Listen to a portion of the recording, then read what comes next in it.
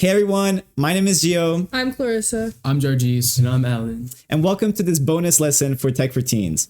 Today, we're going to be interviewing our local university's NASA S.U.I.T.S team, Team Seline. Join us on this fascinating interview to see where your programming journey could take you. And now, let's go ahead and introduce ourselves to Team Seline. Hi, I'm Tina Johnson, and I'm the faculty advisor for MSU NASA S.U.I.T.S Challenge. Our team name is Team Seline, and I'm going to put myself on mute because I think the students will answer the questions better than me. But I'll be here in case you have any questions for me. I'm Adrian. I'm the team lead for Seline S.U.I.T.S, and then my other team members are also here. If you want to introduce yourselves. Hi, I'm Zach. I'm the team lead of testing here at NASA, and I'm here with The other, the better one. I'm Carrie. I'm the outreach lead for Team Seline, and I also work on the autonomous navigation system. And I believe all four of us, if you include both Zachs, are working on that part of the technical portion of our project. Allow us to introduce ourselves. My name is Gio, and I'm the director for Tech for Teens, and these are all the instructors. I'm Clarissa, and I'm an instructor. I'm Georgis, and I'm also an instructor. I'm Alan, and I'm also an instructor. And so we're both seniors, and then, I'm a junior. And I'm a sophomore. so yeah, really nice to meet y'all. Nice to meet you too. It's great to see a Mhm. face to name here, because I know we've been emailing back and forth for Yes, a little exactly. bit. So this is really exciting. Mhm. So before we begin, do you guys mind asking, or mind if I ask, how many students do you work with? So we actually don't have like a full-on number yet to like be able to see, but I'd say like a good estimate would be like about a dozen, maybe a little more. Okay. But yeah, we're still in the process of like tracking all the registrations. Okay. I thought that this was going to be a physical meeting for a while, and I was looking at the website and I was like, I don't see an address anywhere. And Yeah, we don't have a Dr. Johnson particular. told me it's virtual. Yeah, we don't have a particular like location because it's all kind of asynchronous. There's Sly. Sly, Hey, you want to everyone. introduce yourself? Hey, my name's Sly. I'm one of the project managers for Team Seline, and I'm working on the GUI subteam. So sorry, just for context, I'm just running around a little bit as a full-time staff as well. So I might pop in, pop out a little bit, but Mhm. I'm here. I'll be listening just as much as you guys need. Nice to meet you. Thank you. All right. Well, if you don't mind, we'd like to start asking y'all some questions. So, all right. So first of all, our first question was we wanted to ask what like the NASA S.U.I.T.S team was like in general. So maybe like a general overview of what you guys do, what your responsibilities are, etc. We can answer that. So in general, the S.U.I.T.S team, it's a yearly challenge by NASA that they propose for any team from any higher education to apply for, so any college essentially. Our team personally, we're 13 students, and we're subdivided into two main teams with a couple others as well, or two technical teams with two other teams as well. The two technical ones would be the autonomous navigation team, the GUI, which is graphical user interface team. There's also testing and outreach as well. And then the autonomous navigation, as the name entails, they're in charge of making an AI-powered navigation system for the rover. Whereas GUI, we're in charge of making a graphical user interface, or essentially a web app. So while we're driving the rover, we can actually interface with the vitals of all the astronauts. And so is this like for example, like a time-based thing? Sorry. Where it's like every few months, maybe you like give updates to NASA, or maybe I don't know, like how do you track the progress that you guys make?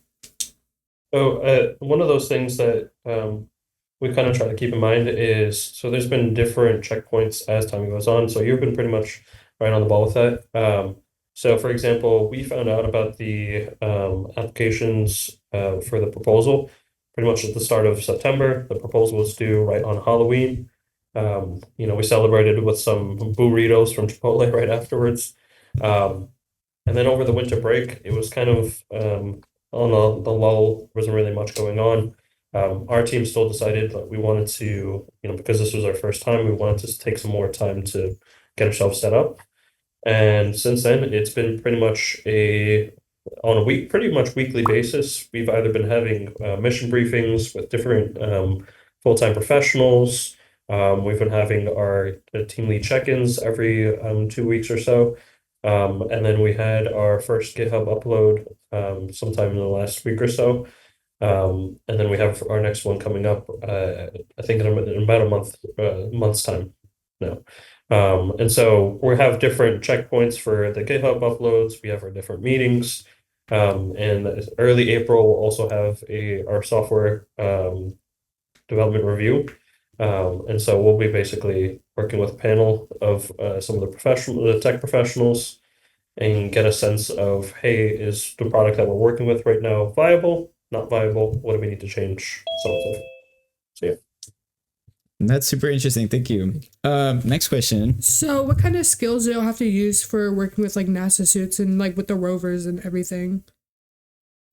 So our skill set is all totally different. And part of the, I guess, exciting thing, but maybe a little bit scary at first too, is a lot of the skills that we need are things that we're kind of learning on the job. Like a lot of us that are working on GUI are learning React for the first time right now, which Vicky is on that team. So we do have people from both teams right now. But I think one thing that's great about this is that everybody here has some of the skills, but not all of them. So we're all sharing and learning from each other.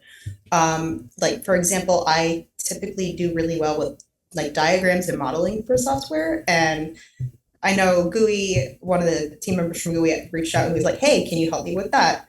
And like vice versa, I don't know anything about JSON files and they do, and we're going to need that stuff. So it's actually kind of surprisingly less intimidating than I thought, though, honestly. As we're designing our backend system, it's a lot of object-oriented programming, honestly, at the end of the day. And it feels like we can tackle this. I think one of the biggest things to keep in mind is when it comes to what's needed, it's less so much of a what's needed and more of a what can you offer to the team. Keep in mind that this whole initiative and this whole the project that we're working towards is meant to be an interdisciplinary project. So you'll have people, I mean, for our purposes right now, because this was our first time coming into this has been comprised pretty much only of the computer science students, right? But for going forward, it's one of those things where you can pull in people from marketing, or you can pull in people from graphic designs, right? You can pull people all over the place. And so you don't necessarily have to be on the tech part. Now, because we're speaking about tech for teens, one of the things that you want to be particularly focusing on is, again, the object-oriented programming is well and good. On the larger scale, it's really just a matter of, do you have the concepts of system design and architecture design to put this all together, right? So, Carrie and the others on Autonomous Group have been really working hard on the UML diagrams and the sequence diagrams and the use case diagrams. All those kinds of things that when it comes to software engineering, you're putting this all together to say, here's what we're expecting the project, the application to look like, right? Zach and the others in Human in the Loop, they can speak a little bit more on it, right? They're going to be working on the testing parts. All these different pieces are going to be just as important to pull us all off into one cohesive product. We can let Vicky and Ethan introduce themselves and tell a little bit about what part you're working on. And then Zach, I think you were going to say something after that. So I just thought I'd jump in and let them introduce themselves. My name is Ethan Sines. I'm the autonomous team lead. So I'll be heading kind of everything generally autonomous with AI. So for the main two parts that we're going to be working on for the semester is going to be a navigation system that'll implement a bunch of AI algorithms and training some AI agents to detect hazards. If y'all are familiar with LiDAR, kind of what they use in autonomous vehicles to detect obstacles in the way. And then the second half of that is going to be resource management.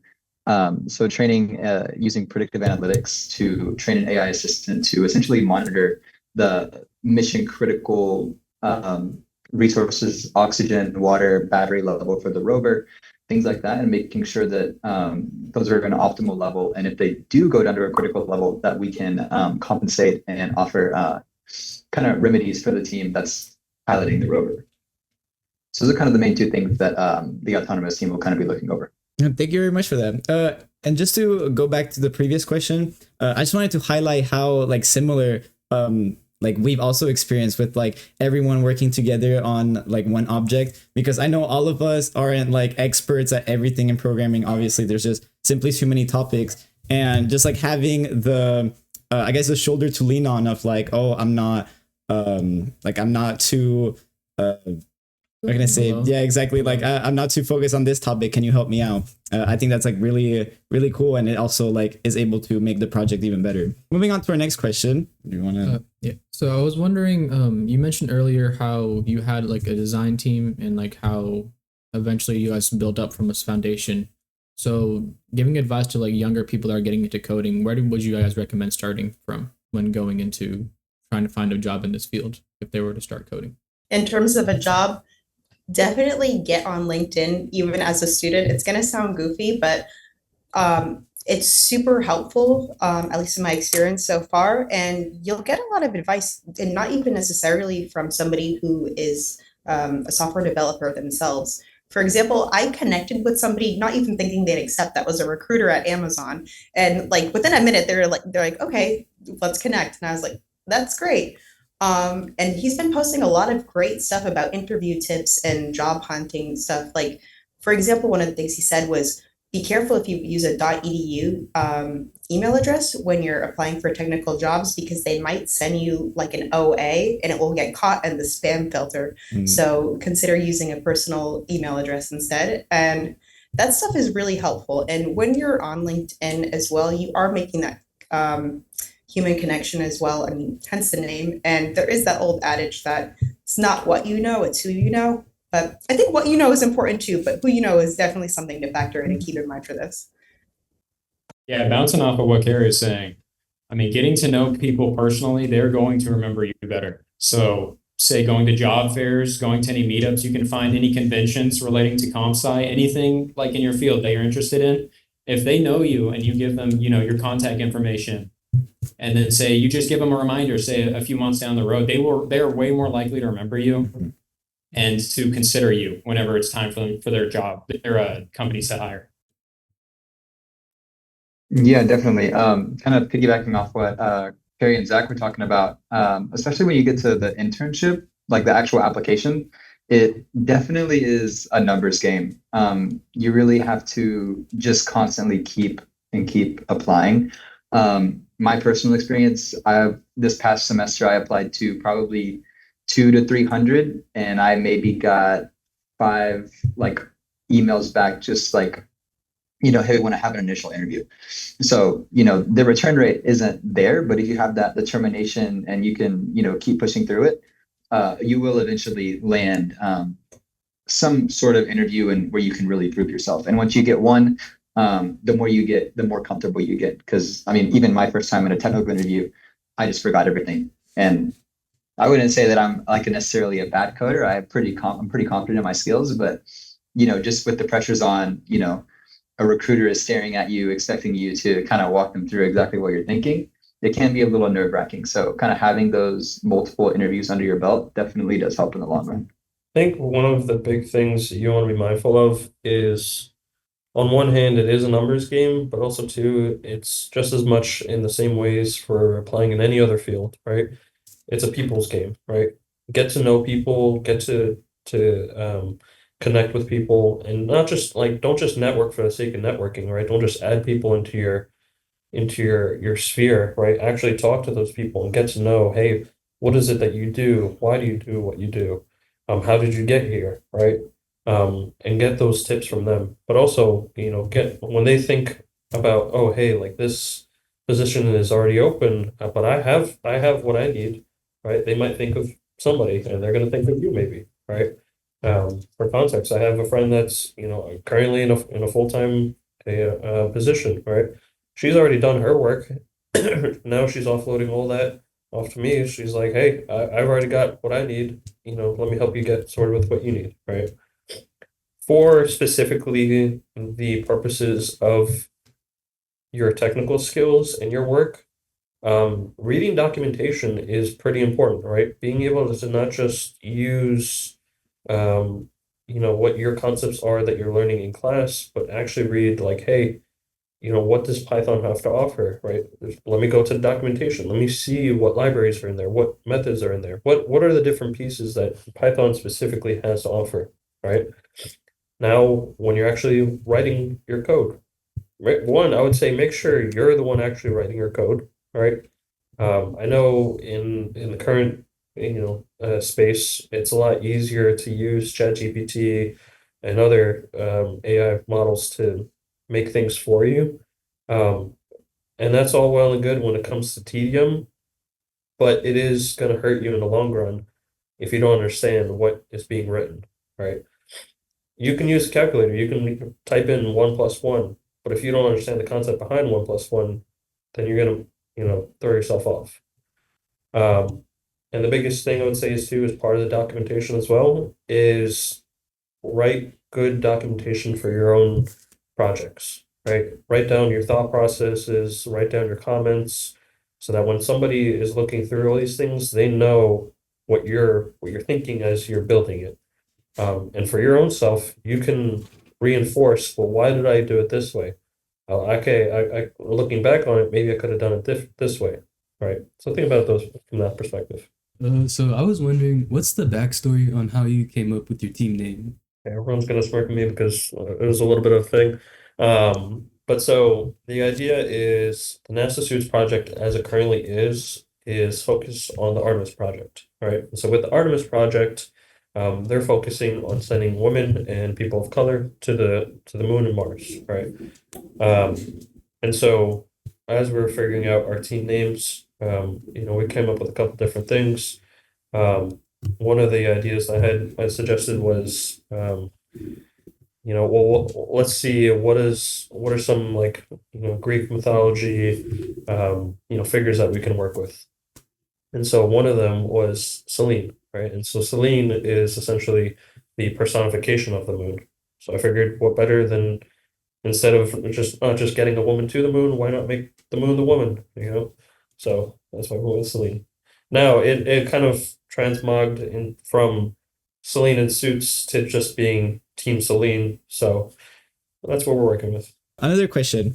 What would you guys, and I'd like to hear kind of everyone's opinion on this. What would you say is like your most personal, most challenging like aspect of working in a team like NASA Suits? Like, what do you think is the most challenging aspect of working in a team like this? Okay, first I'm going to introduce myself. Hi, I'm Vicky. I am working in the graphical user interface, which basically we're designing an interface that provides clear and accessible information and making it user-friendly, basically. So the most challenging thing right now for me is learning a new programming language, because basically we are using CSS, and I've never heard of that before this project. So I'm learning about it from scratch. A lot of research, a lot of ChatGPT for you to explain to me each concept. And yeah, I think that's the most challenging thing I have right now, just getting used to the language. So bouncing off of what Vicky was saying, for me, not only is it just doing the research, which first off, I feel like I've done research before, but not like research conducted in like a professional way like this, but also learning how to like apply it, because you can do, so much research. You can do a ton of like Googling and looking at stuff, but like actually being able to sit down and be like, okay, I know this, source, I know this source, I know this now. How can I actually use this together within my own like written personal like code, whatever I'm writing and forming? Because that is definitely something that's difficult at first, but once you learn it, it really is vital. The first aspect of working together as a team for me has been commenting my code, because like I wrote it, I know what it does. But when you're relying on others to help you out with your code, they also need to find out what it does. You can't just say it's common sense and then we go back to it later, like, what did this all mean? Yeah, just commenting is like the new hurdle. I think for me, one of the most challenging things has actually nothing to do with the technical work at all. Because I'm leading the outreach portion of this, and it seems like this is traditionally done by somebody who is in business or marketing, I'm having to learn a lot of different skills like that on the fly, which I actually think will be super helpful in my future career as well. And I think especially for people that want to make their own products or have their own startup or something, a lot of the work that I'm doing right now, I can see that being really transferable. Managing lines of communication is definitely something that is way more difficult than it seems. Like I feel like the technical stuff I've done so far is easier than the emails. which sounds funny, but it's seriously like I'm forgetting like who have I told what so far and repeating myself like somebody's like 120-year-old grandma who is telling the same story from 1975. But I think that is probably the most challenging part for me is really some of the communication stuff. And even within the technical team itself, keeping track of who is doing what. Because before this, the largest team that I've been on was myself and one person I had a group project with in a class. And now we are in a team of 13 currently, and trying to remember who is doing what with the code itself is something that I feel like I'm challenging myself with and has been the biggest learning experience. For me, I think one of the biggest struggles is being able to be wrong. I think I guess our team size is 7 to 9. We have 7 true or 8 true members, and we have some that float in between.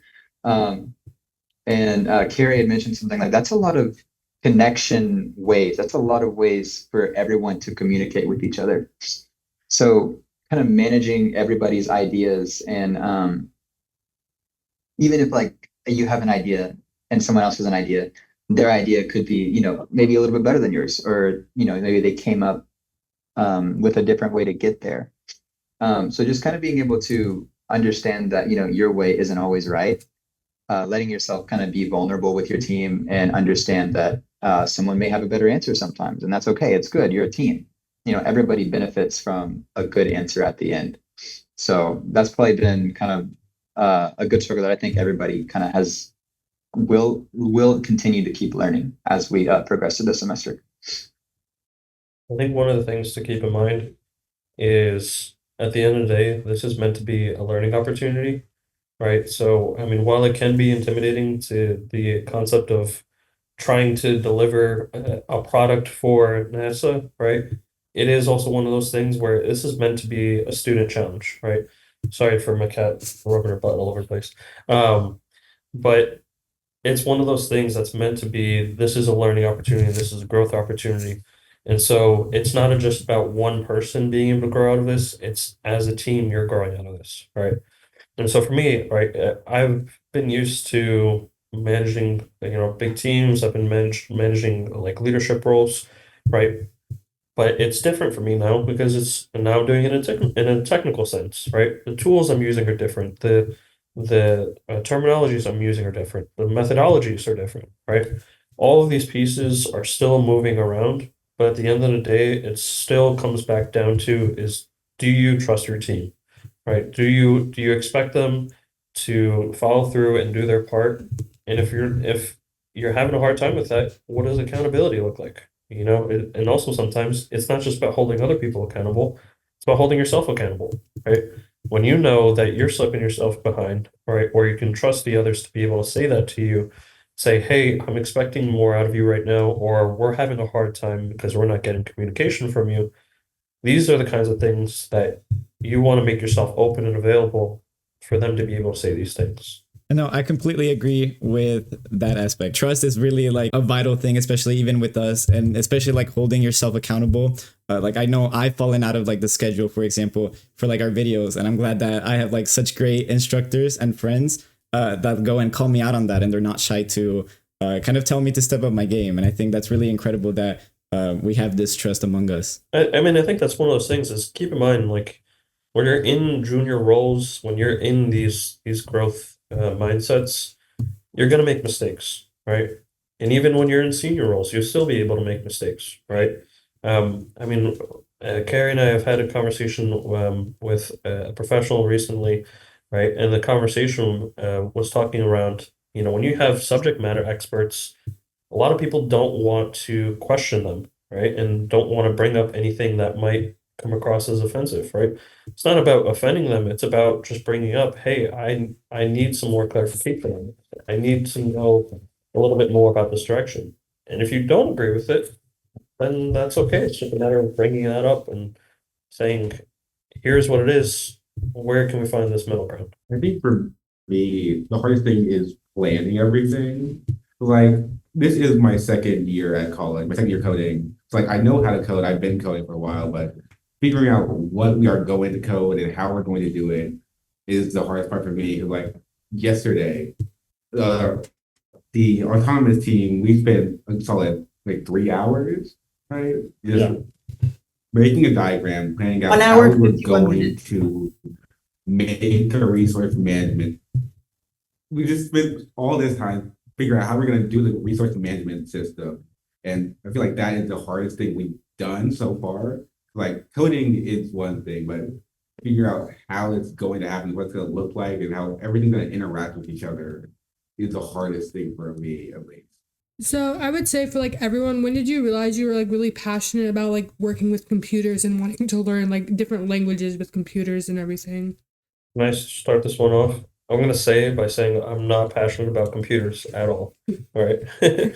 um, I think one of those things is a common misconception is like you don't have to necessarily be passionate about computers. You have to be understanding computers to be able to make things the way you want, right? So for context, right, I come from a psychology undergrad, a higher education master's, and now a master's in computer science, right? And so for me, it was like all these different facets coming together to say, I want to be able to help people just in a different way, right? For me, it was the technical understanding to break down a system into smaller parts and building better solutions, right? I mean, Dr. Johnson can probably attest when you're in a public university setting, sometimes it could be a little difficult with working with red tape, right?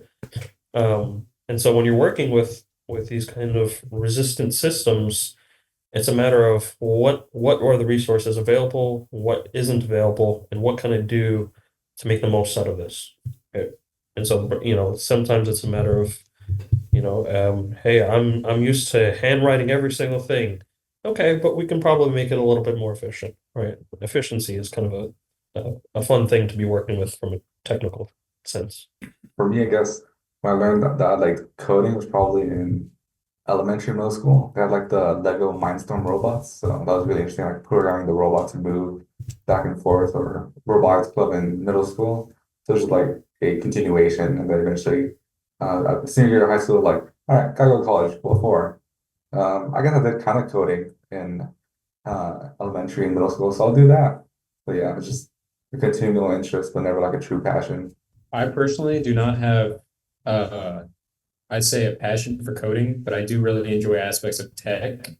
I think being in this organization and developing my understanding in this field, I think, this field's so broad and there's so many opportunities you can experience just by going down this path.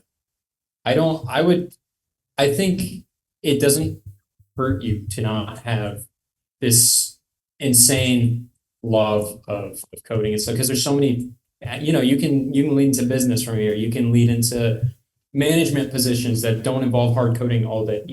There's so many things you can do that I don't think that it is necessarily a requirement as long as you have patience for one. You gotta have a lot of patience with coding and the ability to be open-minded and have long-term goals in mind because you need to have some milestones along the way. But at the end of the day, being in a field like this, you want to look ahead a decent amount. I think for me, the moment I realized that I wanted to work with this stuff actually came a lot more recently than someone who was thinking this since elementary school. So I actually used to be a preschool teacher, and I went back to school initially for sociology, actually. And as an elective, I took Intro to Computer Science based off of a recommendation from my mom who works in the software industry. She said, hey, I think you'd like it. You should check it out. And it turns out I loved it, which was really surprising to me because my understanding of software before doing this was more like I'd be having to do a lot of calculus and a lot of continuous math, with I don't really like. I like discrete math a lot, but any kind of arithmetic or that needs a lot of precision, I'm like, oh no, I do not want to do that. If I see a fraction, I'm going to cry. But it turned out like it was something I really liked doing because for me, this kind of transferable skill from working with kids. Sorry, I have two cats on the side of me that are jumping around. is I liked figuring out, I want to design something. Like I did a lot of child centric design. How do people want to use it, and how am I going to build it in the way that they are likely to use it? And that's definitely something I feel like in programming that mindset I get into a lot. I feel like I have the most like basic why I got into computer science like of all time. I like played video games as a kid, and I was like, you know what? I'm always on my computer. Why not just go into a degree that has me always on my computer? Um, and also, I'll be blunt. I mean, money was a big thing for me. I mean, I just want money at the end of the day, so I was gonna push myself for that. But I do like the problem solving aspect. I didn't necessarily like to code in the beginning. I like the idea of it and the concept of the problem solving aspect, but the actual code was just like meh. But I think it depends on who you surround yourself with. If you have a good group of people that you spend your time with and you work with, in turn, you all kind of create a loop where you push each other to be better. So it's kind of like a friendly competition, making you want to learn new languages or learn a new skill, you know, a new library, something like that. I mean, constantly just pushing yourself to be better and enjoying the challenge. I think that for me, I 2 years ago I read a book called Creativity Inc., which is basically the story of how Pixar was made. And one of the co-founders initially studied computer science and did a PhD on computer graphics and everything. So for me, studying computer science is more of a learning step because I am really passionate about movies and CGI and animation, and I will try to combine those things in going into that path. That's awesome. No, we really love to like hear everyone's perspective on like why they chose, even if like it's not necessarily a passion that's like your one thing. I love how kind of anyone in any field can also like benefit from computer science, especially even with like the problem solving aspect to it. And like as we go more and more like over the years, it's going to be more and more common. So I like that kind of everyone can find a usefulness to it. I know we definitely find a usefulness to it, even if we're not necessarily all planning to go in a computer science major. I was gonna ask, how did like MSU and you guys find out about the program, and how hard was it for y'all to apply and get into the S.U.I.T.S program for NASA? The application process is just the way we found out about it was through a MSU alum who contacted Dr. Johnson, who in turn asked me about like, hey, Adrian, we interested in something like this? And I said, yeah, sure. Just let me get a couple of friends and then we'll start working on it. So just originally 8 of us, just 8 of us. We got like a 12-page document that's saying like, hey, for this project, NASA's looking for this, and that. So we essentially just wrote a proposal. All right, for this specific part, or for example, for the autonomous navigation part, we plan to use the ASO algorithm to do an automatic navigation for the GPS system. And we just went essentially step through step for every requirement, just putting in our ideas of how we would make that. Then we submitted that again, Halloween night, went for some burritos, and then it was just a waiting game to see if we were get accepted or not. I think one of the things was too is like at first it was so intimidating. It was like, here are all the requirements. Okay, well, what do we do? We don't know anything about, how to transmit data over when you're in space. Like, what's the functionality of Bluetooth? Well, I don't know, and we're like, all right, well, let's just try our best, right? Let's work with what we know. Let's do what we can in terms of research and try to put it together. And it came out pretty well. I mean, for what it's worth, it came down to essentially like delegating, right? Everybody taking on a slice and doing their best with the work that they have, right? And at the end, it was really just a good bit of like making sure it was presentable too, right? You don't want to just mash it all into a mess of a document, right? You have to make it clean and legible, because it's a proposal at the end of the day. But I do want to note that for the outreach, Carrie's going to wants to talk about it more. But the outreach was a big piece on this, and this kind of goes into a little bit of what we were talking about before. Keep in mind that it's not just all about the technical parts, right? It's about the soft skills and your communicable, transferable skills that you can offer besides just being a code monkey, right? Yeah, the outreach portion of her proposal was actually ranked second highest in terms of potential points. And that has nothing to do actually with our technical prowess at all. And for me, I kind of leaned into my skills as a former preschool teacher to figure out, okay, what kind of activities could we do in the community? And something that I thought wouldn't really help me with this challenge ended up being a huge strength.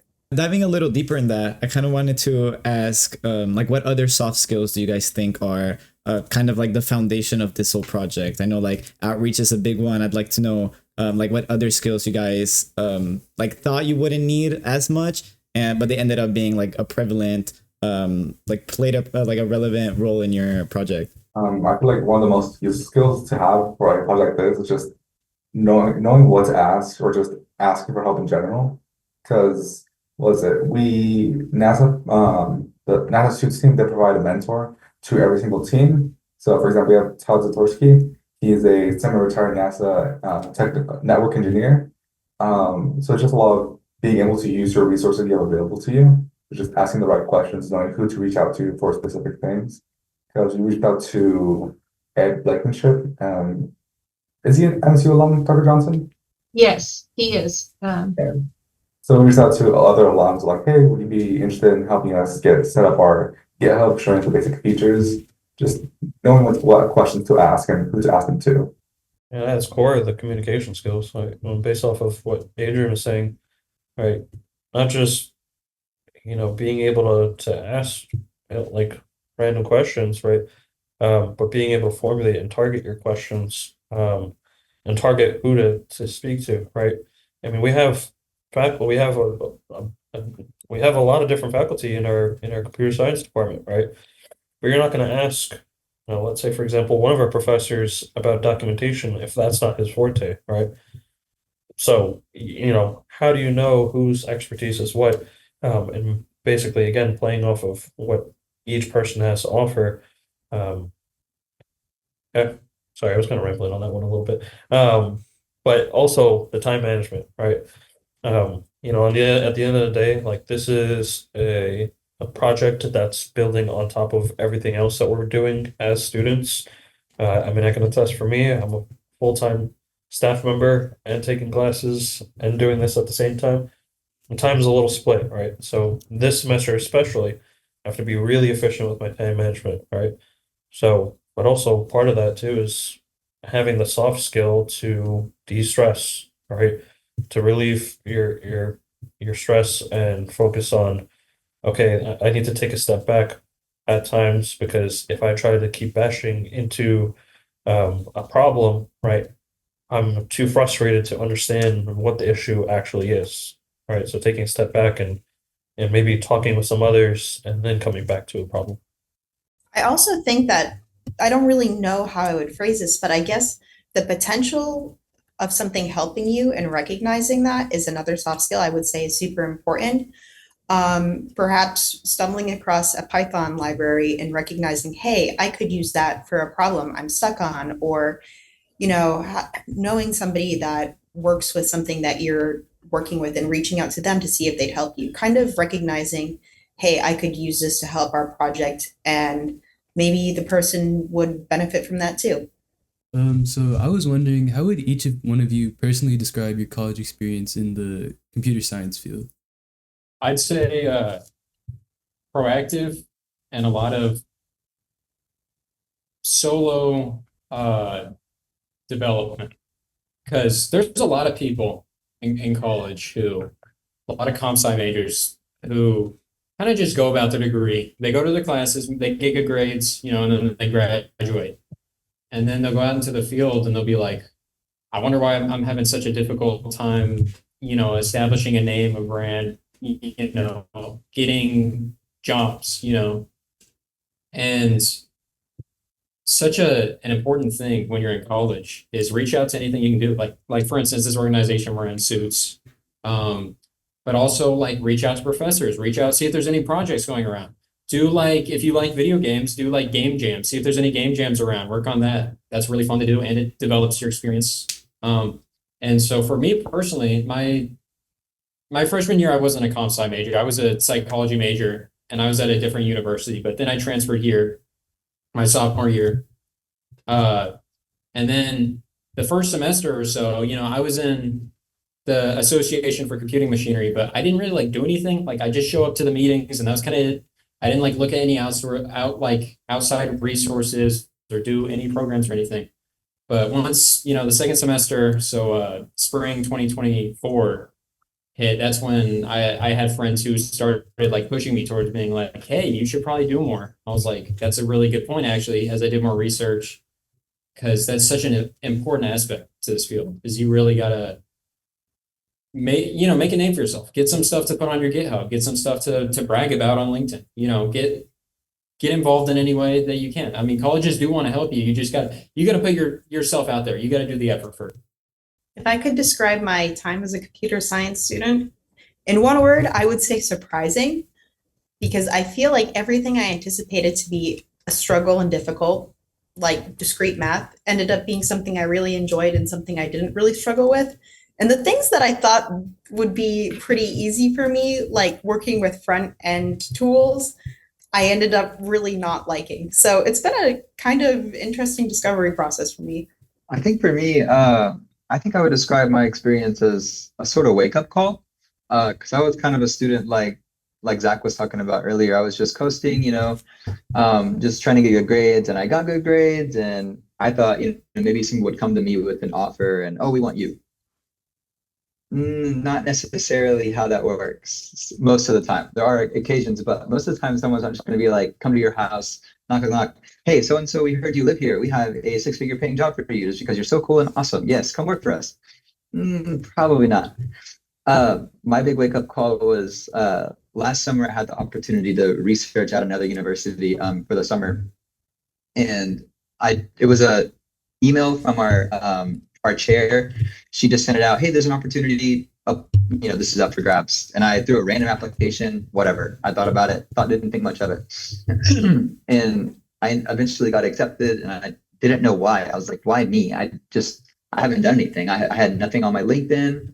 I had nothing on my GitHub. I guess I wrote a good essay, I guess. So come that, I got to research with a bunch of people from a bunch of universities all across the United States. So for me, that was a big wake up call. There's so many people out there who are doing, working their hardest day in, day out of doing all this. So in turn, that kind of pushed me and was like, I need to also be proactive. Kind of like Zach was saying, working on projects, getting out of your comfort zone, talking to your professors, just experiencing new things, and pushing yourself constantly. I think that's how I would describe kind of my recent year. I would describe my college experience as adventurous. Like, for example, last summer, I went on the Stay Abroad program with Dr. Johnson, Carrie, and Adrian.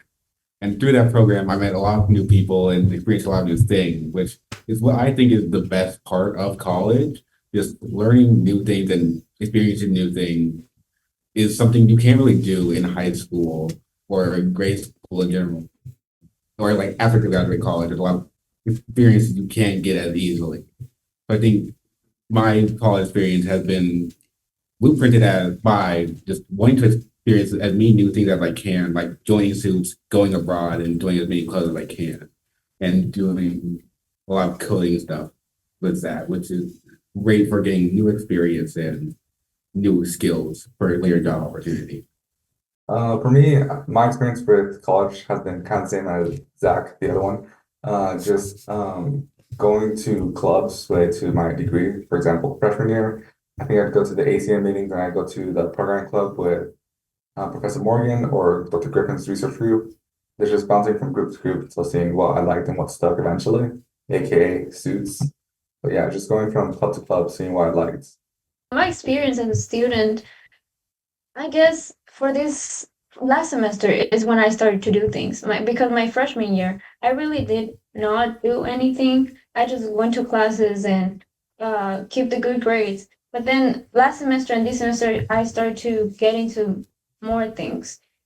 Like I started to talk with my friends, like, what if we do the game jam? And we did, which was fun. What if I started asking if there were research groups that I could join, and then Sly told me about this one, and also Riker, another member, encouraged me to enter to this to the NASA suits team. and I'm really enjoying it. It's just a learning experience and getting out and experience new things and that you can learn. And as Ethan said, to have something in your LinkedIn, or Ethan or Zach, I don't remember, to brag in your LinkedIn, which it doesn't hurt to have that you work in a NASA project. So I'm going to offer a little bit of a contrarian piece here. But my experience has been frustrating, right?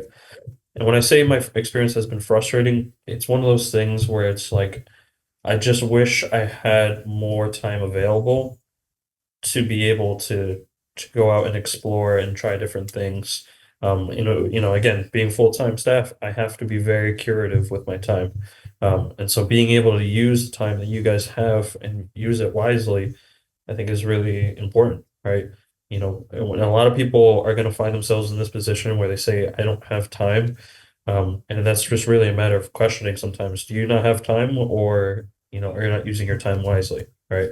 A good bit of the times I'll see people that will say that will be kind of just doom scrolling or mentally exhausted, right? Yeah, you guys are having none of it, right? And so it's a matter of like, if you're looking for something to you know reduce your stress or look for an outlet for stress, right? Rather than doom scrolling, like look for something else that's a little bit more, not necessarily productive, right? Because productivity isn't always the key indicator all the time, right? But more just enlightening for yourself. And kind of look for like, all right, this is my opportunity, and let me just go for a walk for a little bit, right? Or, I've been talking about going for checking out that new place sometime, right? Seeing different things and going out there is a little bit more fulfilling than just kind of like wasted time, right? Um, and so again, like this opportunity to be able to work on something on the side, those are always like the fun opportunities to say, hey, I'm not just doing computer science for the school purpose, right? But I'm doing it for my purpose. I'm creating the things that I said that I wanted to make, right?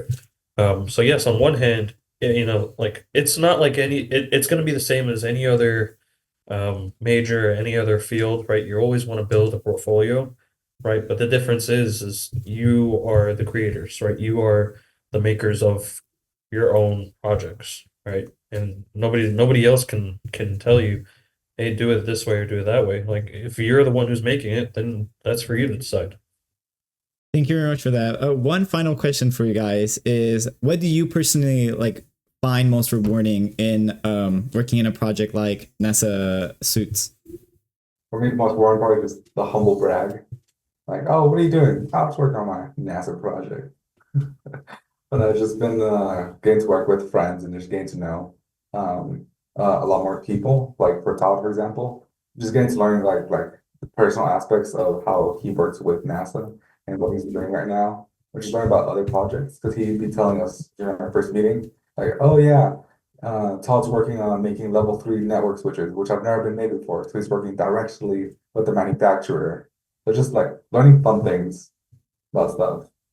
I think for me, this is always again the psychology background, the higher education background. I just like seeing everyone grow, and be able to be a very different person now than they were a couple months ago.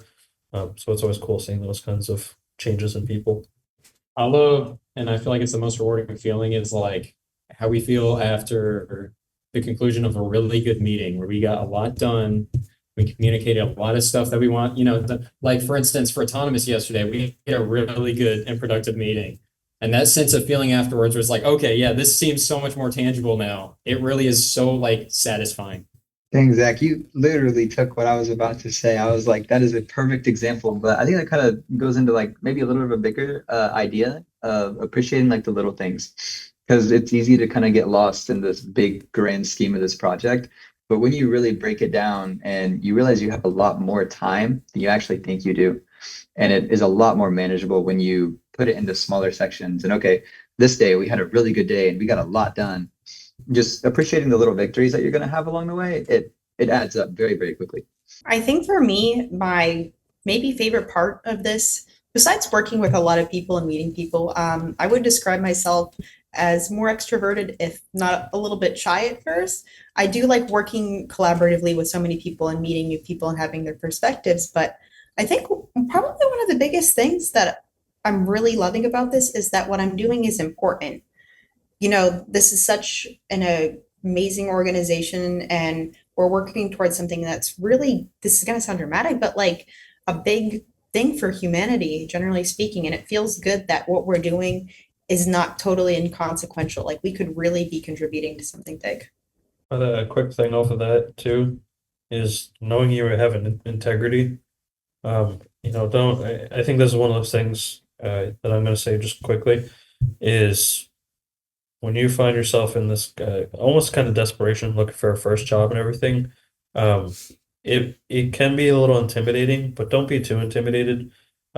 Still focus on the idea that you're looking for a place of growth, and looking for somewhere that's going to kick you off to the next step, to the next step, to the next step, right? So for what it's worth, if you generally want to go down the defense pipeline, by all means, go ahead. But if you're looking at it just because it's the quickest, easiest way to make money, then just keep yourself in mind to like, is that your sense of integrity? I think for me, the most rewarding thing to add to what Carrie said is like knowing that we're working for something that is going to contribute to real world, like lunar exploration. It's something real that is actually happening in 2 years, and basically also it gives me a sense of accomplishment somehow, yeah, and inspires me to keep learning and growing and like keep getting into these projects. Did we hear from the other Zach? I'm sorry. I was kind of zoned out. Yeah, he's working on a poster for Suits actually right now. So I don't know if it's blurring out. Yeah, it's Yeah. Oh, it's is our let me unblur it. first, There we go. second, technically, outreach operation. It's called Take Back the Night, and we will be making a table on women in STEM. This is the poster. I have been working on it the whole meeting, so I have unfortunately been a little zoned out the whole time, but No worries, no Yeah. worries. sorry, I did not. I did it like we still on it.